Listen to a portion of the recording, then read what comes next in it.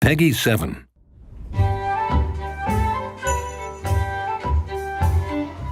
Happy Hobbit Day and hi from Weta Workshop in Wellington, New Zealand. I'm Richard Taylor, co-founder of Weta Workshop and in turn our game studio.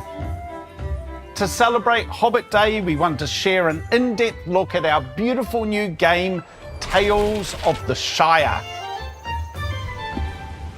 Today, you're going to hear from our team who have been hard at work to bring Tales of the Shire to life, along with cosy content creators, I just got an achievement for skipping. live sim streamers, Loading up the game and getting into the Shire truly felt like going home. and even Lord of the Rings aficionados Oh, this is adorable. who've had a sneak peek at the game and are keen to share their thoughts with you too. We have wanted something like a life simulator in the Shire for years. The fact that there hasn't been one before is a crime. Every single corner you could tell was painstakingly created.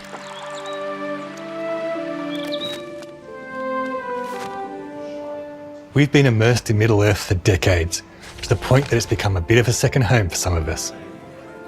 We've lived and breathed this world and its stories, and many of you have been with us throughout our journey.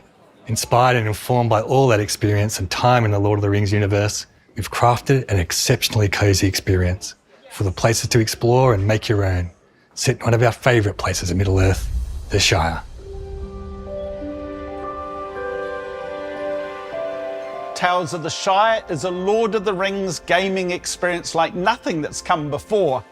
Players will have the opportunity to immerse themselves in the world of the Shire by cooking mouth-watering recipes, exploring the nooks and crannies of Bywater, and building friendships and relationships with their fellow hobbits. It's a game about fellowship, community, and comfort, about finding joy in the small moments. But most importantly, it's a game about living as a hobbit.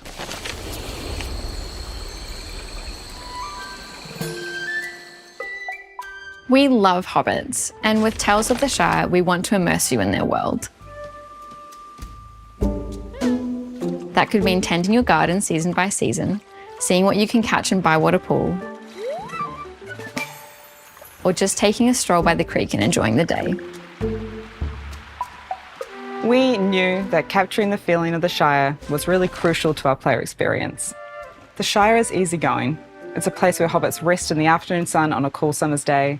It's joyous, it's full of the laughter of chit-chatting neighbours, and it's cosy. It's a place where you can cuddle up in your own hobbit hole with a hot cup of tea. One of our biggest goals is to really deliver on these feelings and immerse the players in them. Every aspect of the game has been carefully crafted, drawing on our years of experience with the Lord of the Rings, and with Tolkien's books always as our guide. Each bridge, path, plant, hobbit home, and second breakfast is drawn from the original vision. The game is a homage to all those wonderful details and the spirit we fell in love with when we first encountered the Shire. We're not in the Shire for a very long time in the books, but it is the thing that at the end of the day, the hobbits are trying to save. Going into this game definitely feels as though you're sort of walking through the rolling hills and farms and flowers and just nature. Tolkien was inspired by the countrysides of his home in Great Britain, and the Shire is the epitome of safety and comfort and food and friends. The core of our game centres on building community and fellowship. You spend your time in the village of Bywater, helping to lift the community up and sharing home-cooked meals with other hobbits. As your ties to the community of Bywater and your bonds with your friends grow, your fellowship increases, which allows you to progress in the story.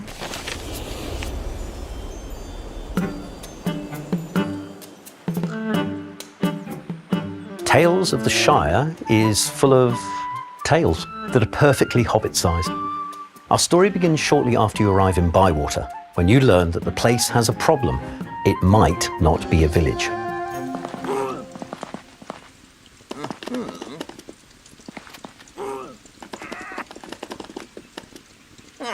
It's up to you to help build the community up and make it into the kind of village the whole Shire would envy. I'm excited to help the village, to find its villagehood and be like officially recognized. I love a story in which I get to impact the town or the place that I live in the game and get to help the other characters. As we crafted our main story and our side tales, we kept the Hobbit perspective in mind. Hobbits prefer a secluded country life, focused on what delicious thing they're going to cook for their next meal, or how they need to mend that fence in their back garden before their chickens get any ideas.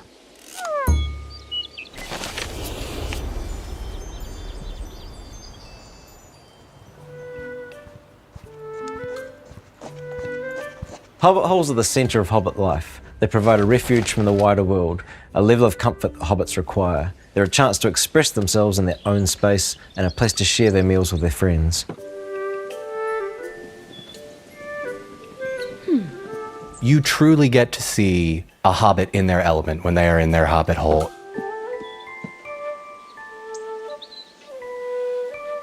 The game opens with you hitching a ride with a certain mysterious stranger to Bywater, a Hobbit settlement in the Shire.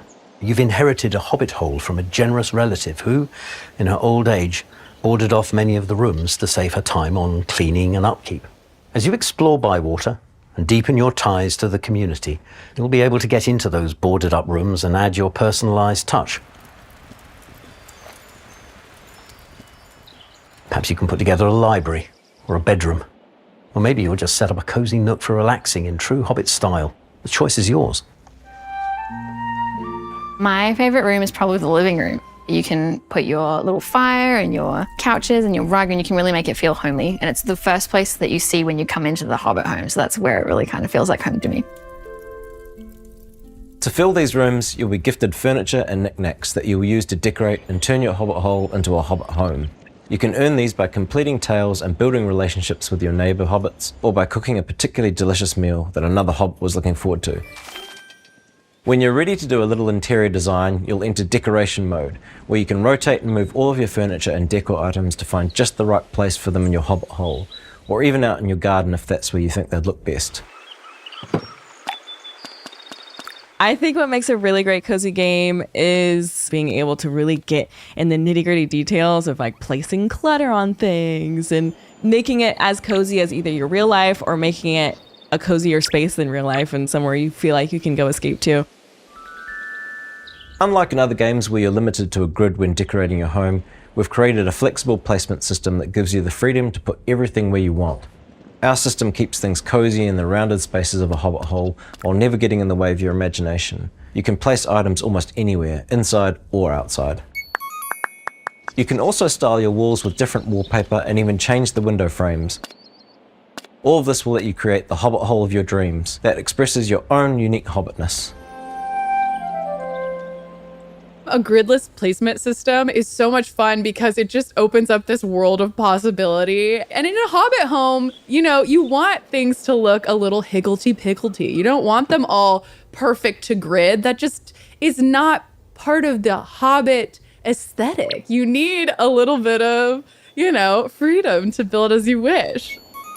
Players can spend hours decorating and redecorating their Hobbit holes to be their own perfect hideaway in Bywater. But that doesn't mean there's nothing to explore outside.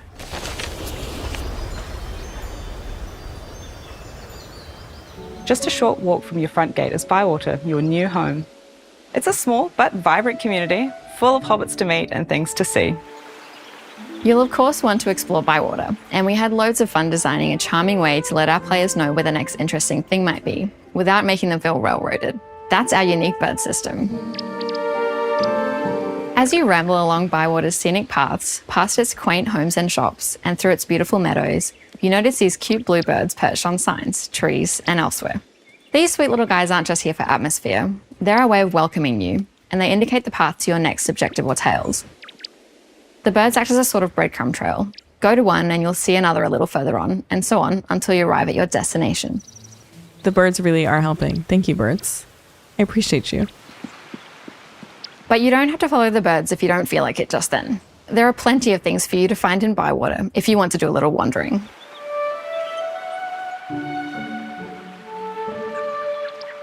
Bywater really encourages you to go and find all the little nooks and crannies because it's such a rolling, hilly place where you don't have a lot of like easy sightlines of where things are. So you want to find out what's around the next corner, what's over that little hill, and discover all the little relics and places you can find your next mushroom in. Bywater is full of unique locations, from Sandyman's Mill to the Ivy Bush Inn, where the hobbits of Bywater meet to discuss important affairs. But one of my favourite spots in Bywater is the Green Dragon Inn. This is the centre of social life in the village, and any hobbit who wanders in day or night is sure to leave with a few new friends. You'll find yourself here for many of the story beats in the game, but you can always come by if you want some good conversation with the innkeeper, Lily Cotton.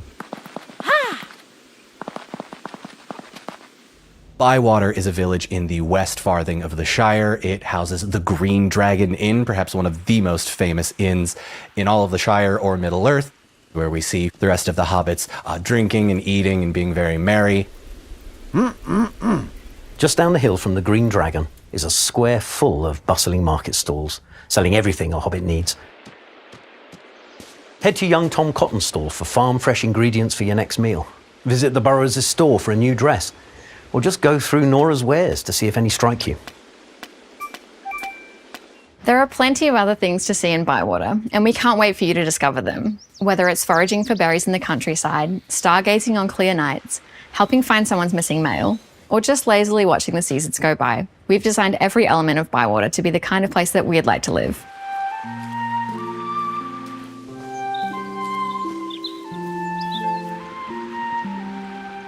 I really like the way that we've done Fishing and Tales of the Shire. I think it's really interesting, and I think that it scales nicely with the player's experience.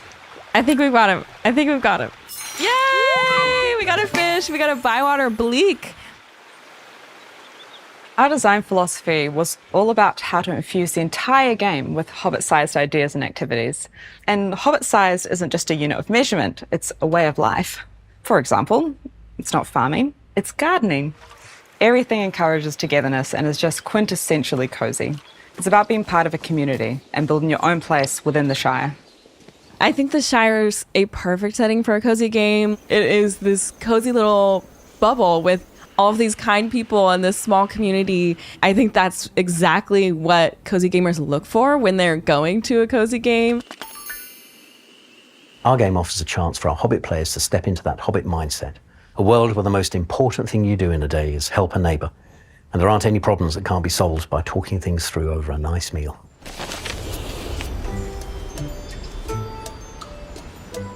It's those meals that make up the centerpiece of the game, where you'll deepen your bonds with your neighbours and move the story forward. As you get to know the other hobbits in Bywater, you'll have a chance to cook meals that they'll love. After all, the way to a hobbit's heart is through their stomach. But hosting hobbits is no easy task. You'll have to pay attention to the seasonality of your ingredients and what your guests have told you they feel like eating, if you want to pull off the kind of meal that Bywater will talk about for years to come. You'll start in your pantry, where you've stored all the ingredients and seasonings that you've foraged, harvested, caught, or bought. Each ingredient and seasoning has a quality score of 1 to 3 stars, as well as 1 of 5 flavours: sweet, sour, spicy, salty, and bitter. You'll have to think about what will work well together to satisfy your guests' specific cravings. Once you've selected your ingredients, you'll take them into the kitchen and start cooking a feast fit for a hobbit. To begin with, you'll only have access to a few cooking stations in your kitchen, but as you progress and learn more complex recipes, you'll find yourself frying, mixing, saucing, grinding, and even pickling. When you're done, you'll get to reveal your meal and have it rated. The better your guests rate the meal, the stronger the relationships you build, and the more friendship points you earn. These reveal new features in the game, open up opportunities to progress, and help you further customize your hobbit hole. It's such a unique way to focus cooking in a game. And I love that because cooking is such a cozy activity that so many people take part in and so many people love to escape into. If I could cook anything in the game, it would definitely be a meat pie. I've never cooked a meat pie in my life, and so I would love to do it in the game in a very cozy setting for all of my friends in the Shire.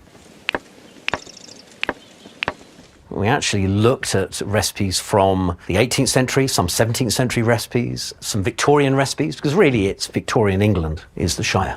And then obviously we took inspiration from other things as well. We sort of mixed in some modern stuff, but nothing that's incongruously modern. It was all the sort of thing that you would have found in a Victorian kitchen, really.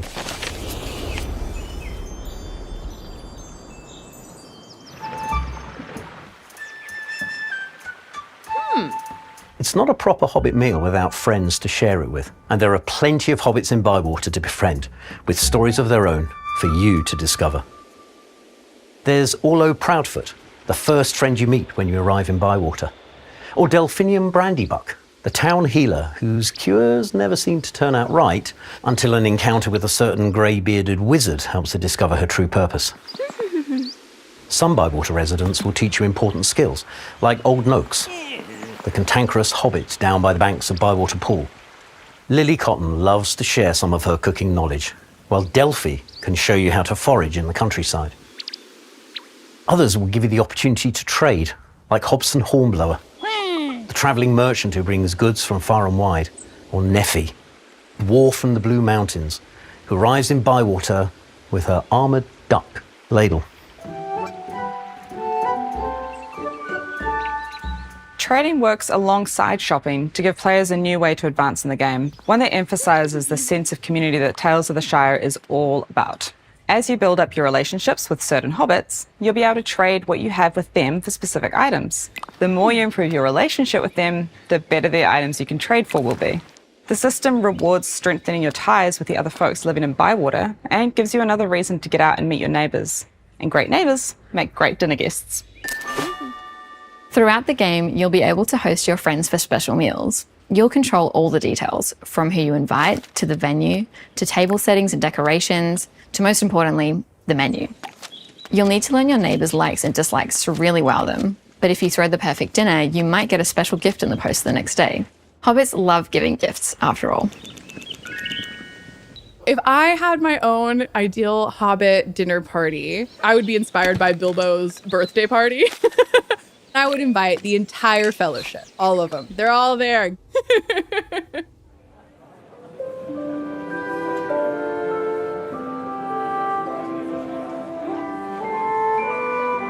I really want people to experience joy. I think that's what the Shire is. It's joy. I hope that players feel not just a sense of peace and restfulness, but also a bit of nostalgia. If we manage to put smiles on everybody's faces when they're playing and they feel like it's somewhere that they want to live, then I think that's our job done.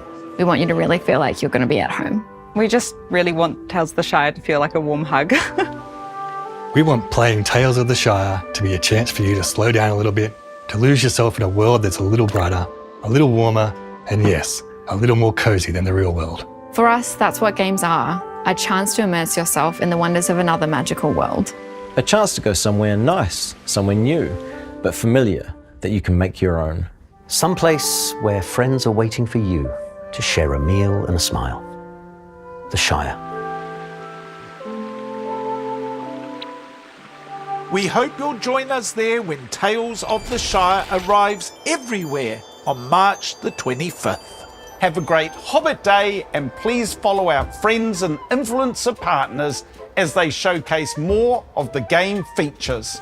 And tell us on socials what other content you'd like to see. From all of us here at Weta Workshop Game Studio, thanks so much for tuning in today.